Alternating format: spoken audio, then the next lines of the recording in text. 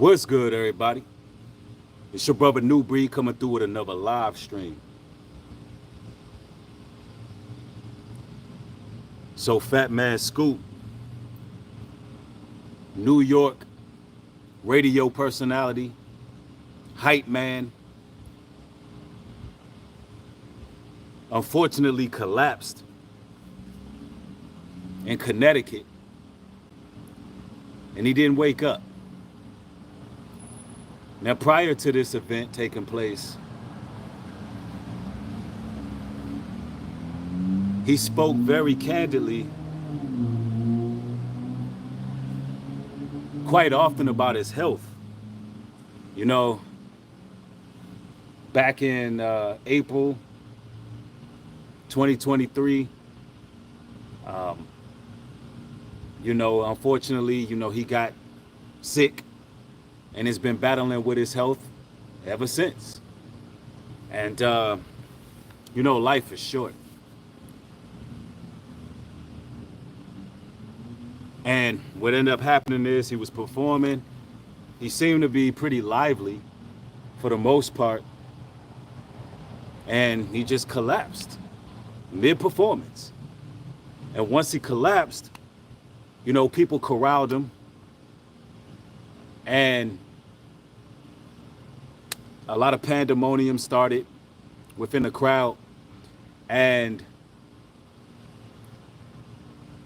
those on stage began to pray.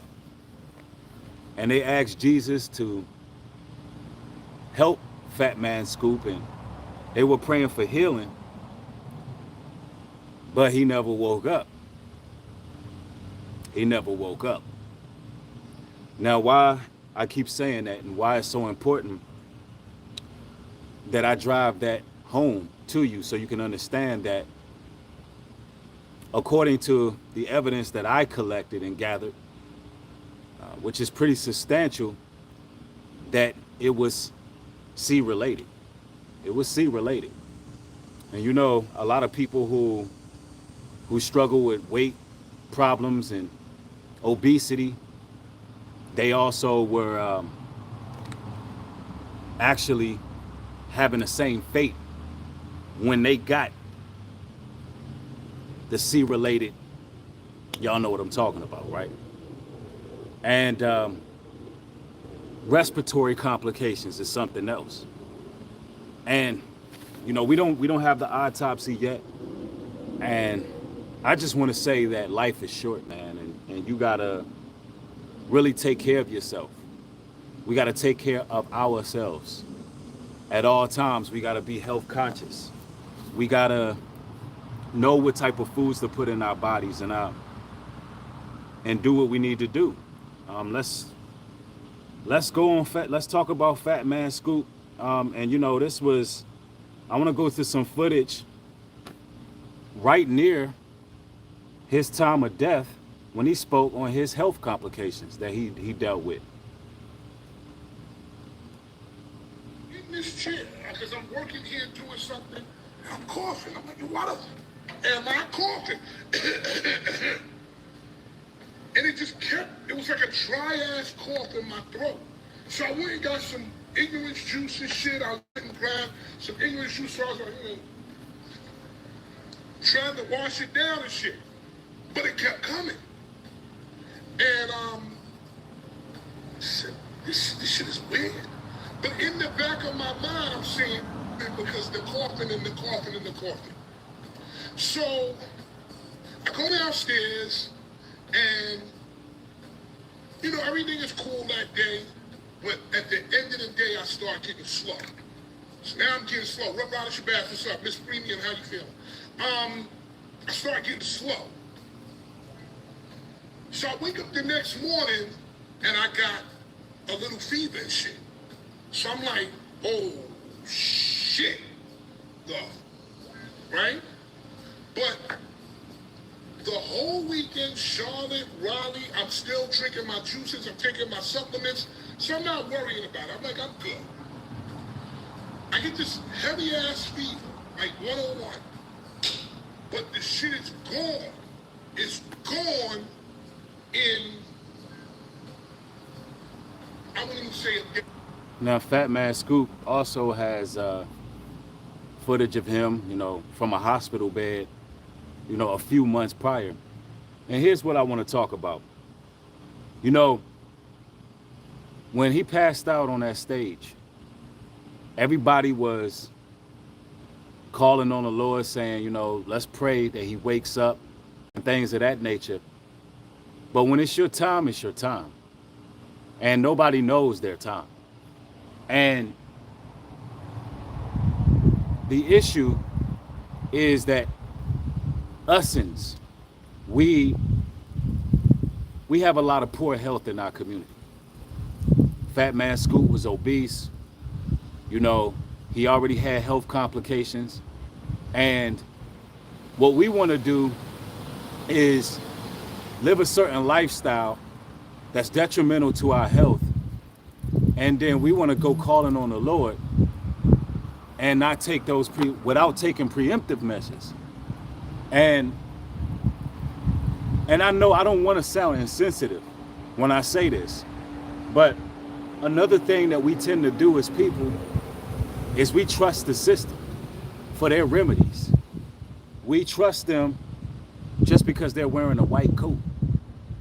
And we go to these places expecting some type of healing, and what end up happening is our situation gets worse. And I even hate to even speak like this, but I'm the type of person who sees and learns. I realize that the Bible says my people are destroyed for lack of knowledge. And when somebody passes away, it's good to learn on how they lived. Look at their condition. What was their conditioning like? And if you can see what attributed to the downfall, let's acknowledge it as people. Let's acknowledge it. In the most respectful way possible, right? Let's go. It's going in like 16 hours, right? So I'm saying to myself, I'm good, right?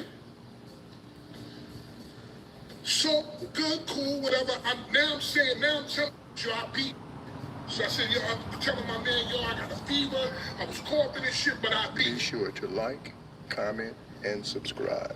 But now I'm starting to get slow. So I hit y'all and I say, listen, because I don't really want people in my business, but at the same time, my whole shit is about transparency. But I only did that because I had shows coming the next week. I thought that I would be able to beat the, and I still be able to go to the shows. So I didn't want to tell nobody that I had legit. So I said, yo, man, I got something called cellulitis, which is what I get. When you eat a little loosey-goosey and you eat too much, cellulitis. Now, I'm always bringing up these mukbang challenges. I'm always bringing up the overindulgence that takes place in America and how it really programs people. And there's a couple of food critics who have recently been speaking out. One in particular, Dame Drops. Some of y'all know who Dame Drops is. Just to use him as an example.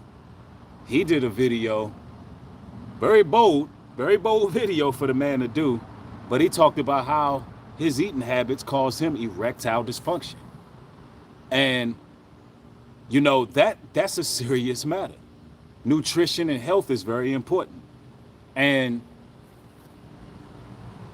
here we learning because Fat Man Scoop was educating people on his lifestyle choices and what he did and how it affected him. See, heart attacks, which, speaking of heart attacks, we don't know what happened to Fat Man Scoop, but even Troy, my bad. Houston's Troy, the rapper, the producer, right now he's fighting for his life, suffering right now in a hospital due to an unexpected heart attack. These things don't come with warning. It's like when you're getting a little bit beside yourself and you're not taking care of yourself, it don't come with warning. It just happens all of a sudden. You know what I'm saying? You got to look at how your body feels, right? Let's go. And stuff like that, you can get like what feels like a blood clot in your leg. It's very hot, but it's not a blood clot. It's something called cellulitis. It blows your leg up. And when you get it, it's like an infection. When you get an infection, your body goes into a state of pneumonia. So your body slows down and shit. And you go into like what it would feel. So it really damages your immune system when you just eating the wrong foods, right? And I know that everybody likes the food reviewers, the food critics, and all of that type of material. But if you feel it challenging your discipline in the wrong way, you know, and it got you out here eating the wrong foods, overindulging, check yourself, man. Like to be in pneumonia. And that's how cellulitis is. Partially, I'm thinking in my mind, maybe it's not, but maybe it's the cellulitis because my leg was wrong.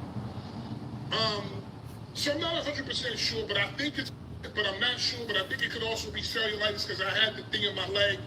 So I get on Instagram and I say, yo, listen, man, I'm okay. I said, I'm gonna say cellulitis so that if I beat this shit and it's not, or it's not, I can still go out and do my shit the next weekend.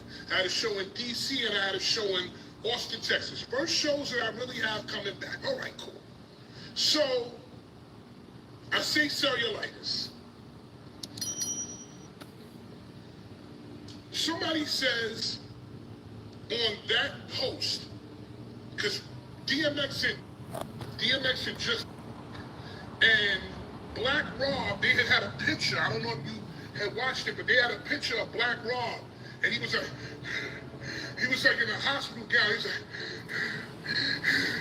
and somebody left on my post, you know, in threes, and I had. He says, you know, death comes in threes.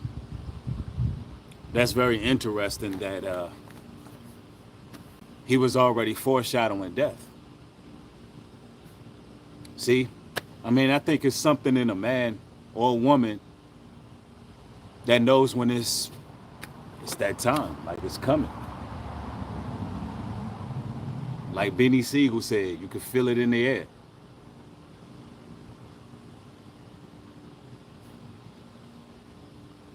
I say that in, like I replied, no, somebody left in the previous post, and I replied in that post, I was like, yo, miss me with that energy, bro. I ain't dying. I ain't going nowhere.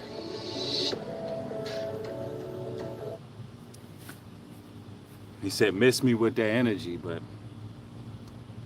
death came. Taking care of yourself is very important.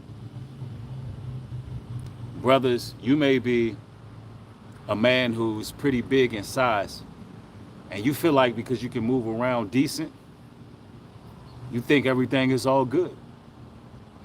Not realizing that your heart is constantly carrying all of that around. Your heart. And I know some people are talking about, could this have been some type of ritual? Was it a sacrifice? You know, I honestly believe that it was health related because he spoke so much about his health over the last couple years. And he knew it was an issue. And when he got on that stage to perform, you know, the Most High called his number. And that's what took place. And, you know, it's kind of sad because I recently had a loss in my family as well. And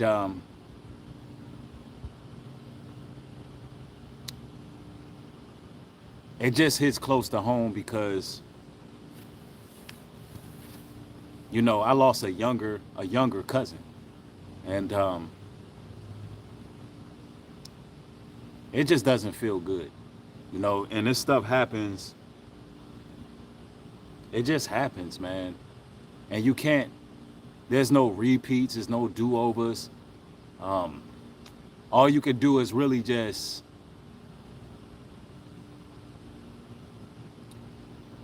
keep in the memories that you had of that person. Which the last memories I had of my cousin, she hung out with us. You know, we went out, we had drinks, we kicked it,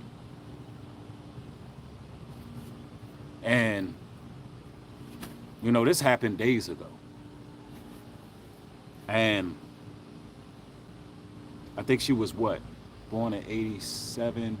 She was mid 30s. Mid 30s, and she wasn't in like bad health or nothing. It just happened. And she just had a 1-year-old. You know, she has a 1-year-old son, just got married, and it just happened, bro. It just happened. I didn't even want to talk about that publicly, but because sometimes I internalize things, but I'm speaking about it because I really want to express to y'all how short life is. And you know, in respect to my family, I am going to say rest in peace, Alicia Coleman. And you know, I'm not one to do funerals because I want to remember the person how I last seen them. And she was high spirited. We hung out, you know, we went out for drinks, we went shopping that day, we went to the mall, you know what I'm saying? And that's the last memory I have of her. And this was like a couple years ago, a few years ago when she came out South Carolina. And that's how I want to remember her. And I'm just gonna say that she was just a good spirited person, you know what I'm saying? And matter of fact, if I could, well, I'll share on my community section a little bit later. I share on the community section after the post her picture, rest in peace thing, because, you know, in all respect to my family, because I just don't want to go to no funerals. And but my fondest memories I can remember, because, you know, she's a few years younger than me, would be following me around, following us around, you know, she got older brothers, and she just be asking questions, bro. She just be asking question after question after question. And she was cool, man. She was just a cool person. And you know, life is short, man. And that's why if you holding grudges against family members of any sort, different people, even if you just gotta tolerate certain people, even if it's just like, you know what, I don't really rock with this person, as long as you're not giving them some type of entry point to do you any harm, or you're entrusting in them with some type of information that you know that they can potentially ruin. You know, sometimes you just gotta tolerate people because you want to at least have a cordial relationship for your sake. In case something happened to that person, y'all wasn't at odds. Y'all wasn't in a bad place. You know what I'm saying? And, you know, you really want to chop it up with your people.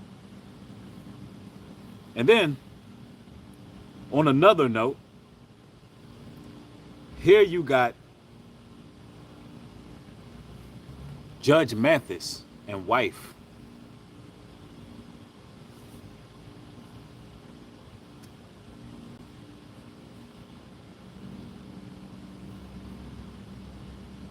It's amazing, man. After 25 years, they're getting a divorce. And there's some, Judge Mathis finally pretty much opens up about his divorce. And, you know, I know that social media is going to instantly take sides. They're going to figure out who's the culprit, who's wrong in the situation. you know, evaluating each person involved in their marriage, you know, and that's not the route I'm going to take. What I want to do is just point out that nobody's staying together. These marriages aren't working. Even the elders are departing. I want to share this TMZ video. Hopefully, y'all can see the screen of Judge Mathis getting caught, which appears to be an airport. And you can see his disposition, how he feels about the divorce. TMZ caught it. Hey, Judge Mathis, how are you today, man? I'm good. How you Nah, doing? you ain't gonna be able to see that. I'm not good. Rather, it's the worst days of my life. How about that? Okay, well, I'm sorry to hear that. I wanted to ask you, with news of the separation, how are you holding up? Not holding up very well. I would say the other man, maybe I'll be an example for other men, cautionary tale. Don't neglect your wife. You see how many at the airport now, flying out, as I have for 40 or for 25 years. My wife has been third, serving the community, taping my show, having fun with friends. That's what happens, guys. Never be too busy or never have too much fun beyond your wife. So I do want to ask, the date of separation is listed back in July 17th. Has this been coming for some time? It sounds like that he's taking accountability. And that's the thing, a lot of guys got a lot of extracurricular activity going on, and got wives. And here's the thing, I'm pro polygyny. I feel like monogamy doesn't work. Matter of fact, it's not even a field. Monogamy doesn't work. And that's why all the marriages ended in divorce, because there's no real fulfillment in these marriages. But at the same time, there's a thin line between whoremongering and polygyny. And that's a whole topic for another day. But I will loosely, or I will briefly speak on that. There's a thin line between polygyny and whoremongering. See, polygyny is total transparency. Total transparency. Polygyny, it is a family network, a system that y'all building together, where the other woman involved has a sister wife, and y'all working together for the common goal, the common good, and y'all doing what it is y'all need to do as a family, building up y'all legacy, dynasty, empire, whatever you want to call it. That's polygyny, right? When a man has more than one wife, not a man out here smashing this one, going here smashing that one, going there smashing that one. You are a whoremonger who doesn't care about your wife, and eventually you're going to lose her. Because you now got biblical teachers who out here making it seem as if you can do whatever you want out here, and that's just not the case, right? There's biblical teachers who teach that. And I'm all for polygyny. I'm all for family. But what I'm not for is a man just out here not caring about his wife's welfare because they want to live their best life. Be too busy or never have too much fun beyond your wife. So I do want to ask, the date of separation is listed back in July 17th. Has this been coming for some time now, or was it something out the blue? Well, ever since we started taping here in LA, I committed to staying home more and making my wife more of a priority. But as you see, I haven't. I'm still here on the road, doing the same thing. And Now, he shouldn't have to apologize for being on the road if he's working. He shouldn't have to apologize for being on the road doing what he need to do. If he's providing, the finances for the household. He shouldn't have to apologize for that. But if he out here just living it up, being extra, then that's another thing. in terms of going out into another city. But I was gone for 3 weeks. That's what July 17th meant.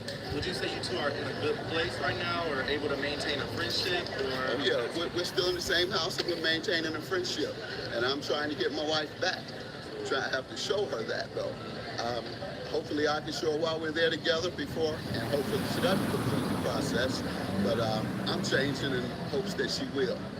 I'm gonna get my wife back. How about that? I just wanted to eliminate all them rumors too, that it's something about a baby or even me molesting a child. It's none of that. I've just told you what it is. There were also, kind of. Wait, what? Hey, see, I don't know what's going on here. The rabbit hole getting deep. Look, when something is not true, as a public figure, you're supposed to have PR. Come on, Judge. If it's not true, you don't even acknowledge nothing like that. That make you look crazy. You acknowledging something you know you ain't do.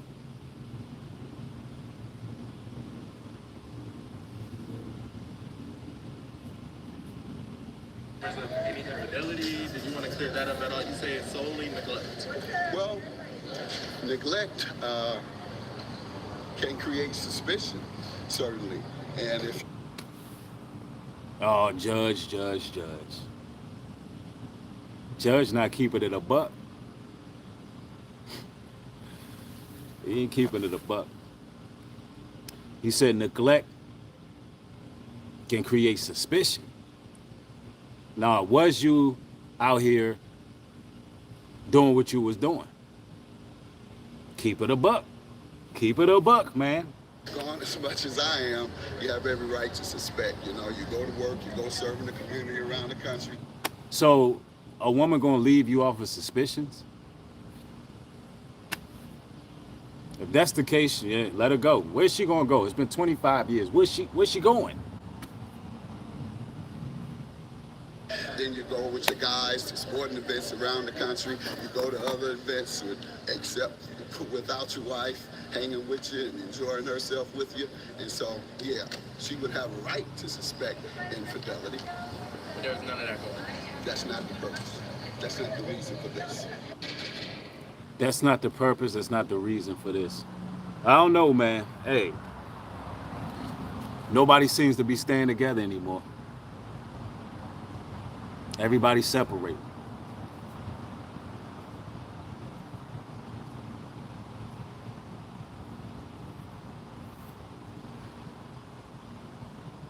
Somebody said neglect definitely causes suspicion, but I doubt it. For 39 years. They was, 39 years. I thought it was 25 they were married. But that's wild, man. You know, I just wanted to come through and give y'all this brief broadcast. I got more material coming. Thank each and every one of y'all for tapping in. If you're not subscribed, hit the subscribe button, like, share. Y'all have a blessed one. Shalom and peace.